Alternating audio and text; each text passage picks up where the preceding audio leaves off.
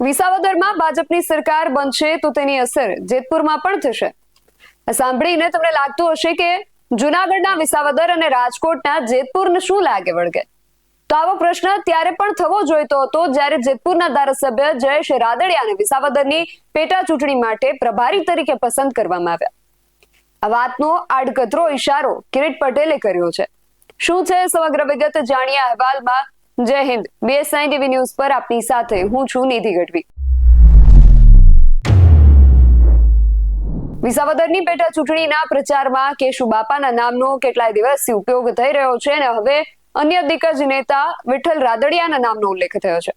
આમ તો જ્યારથી જયેશ રાદડિયાને આ ચૂંટણી માટે પ્રભારી તરીકેની જવાબદારી સોંપવામાં આવી છે ત્યારથી જ ક્યાંક ને ક્યાંક વિઠ્ઠલભાઈના નામની પણ ચર્ચા જાગી હતી। પણ આજે કિરીટ પટેલે વિઠ્ઠલ રાદડિયાને યાદ કરતા એવું કહ્યું છે કે વિઠ્ઠલભાઈએ વિસાવદરના ખેડૂતોનું ધ્યાન રાખવા માટે કિરીટ પટેલને કહ્યું છે। તો વળી આપના અરવિંદ કેજરીવાલના 400 કરોડના શીશ મહેલનો ઉલ્લેખ કરી જયેશ રાદડિયા વિશે ચર્ચા જગાવતી વાત તેમણે કરી છે। શું કહી રહ્યા છે કિરીટ પટેલ, પહેલા એ સાંભળીએ। કે વિસાવદર અને ભેસાણની બજારમાં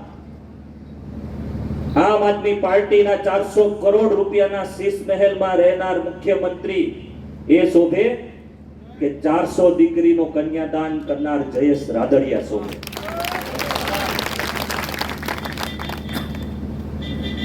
તે નિર્ણય કરવાનો સમય આવી।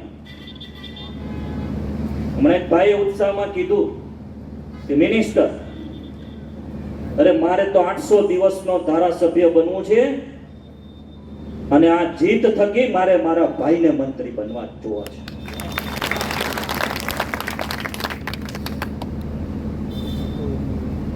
ખાલી 800 દિવસ તમે મને આપો, 800 દિવસની અંદર તમને એમ ન થાય કે પેરિસની બજાર જેવા જો રસ્તા ન બનાવી દઉં